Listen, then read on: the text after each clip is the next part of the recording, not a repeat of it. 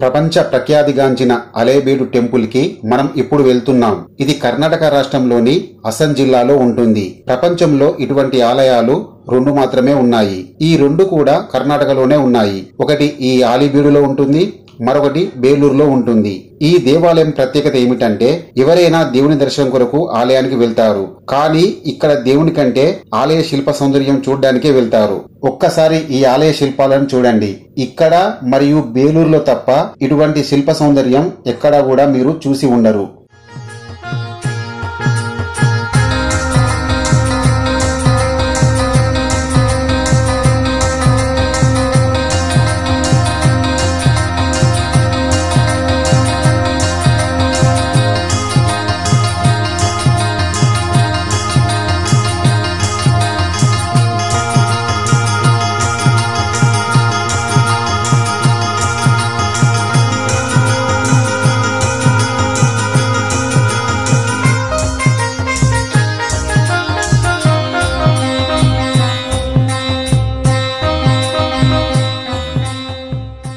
క్రీస్తు శకము 1160 సంవత్సరంలో ఈ ఆలయ నిర్మాణం పూర్తి అయిందని చరిత్ర చెబుతుంది. క్రీస్తు శకము 12 నుండి 13వ శతాబ్దం మధ్యలో హోయసాల రాజ్యానికి హలేబీడు రాజధానిగా ఉండేది. అందుకే దీన్ని హోయసాలేశ్వర ఆలయంగా పిలుస్తారు. ద్వికూటాలయంగా పిలువబడే ఈ ఆలయాన్ని విష్ణువర్ధనుడు అనే రాజు నిర్మించాడని చరిత్ర చెబుతుంది. ఎటువంటి టెక్నాలజీ లేని టైంలో దాదాపు 800 సంవత్సరాల క్రితం ఇలాంటి గొప్ప శిల్ప నిర్మాణం జరిగిందంటే ఎవరికైనా ఆశ్చర్యం కలగక మానదు.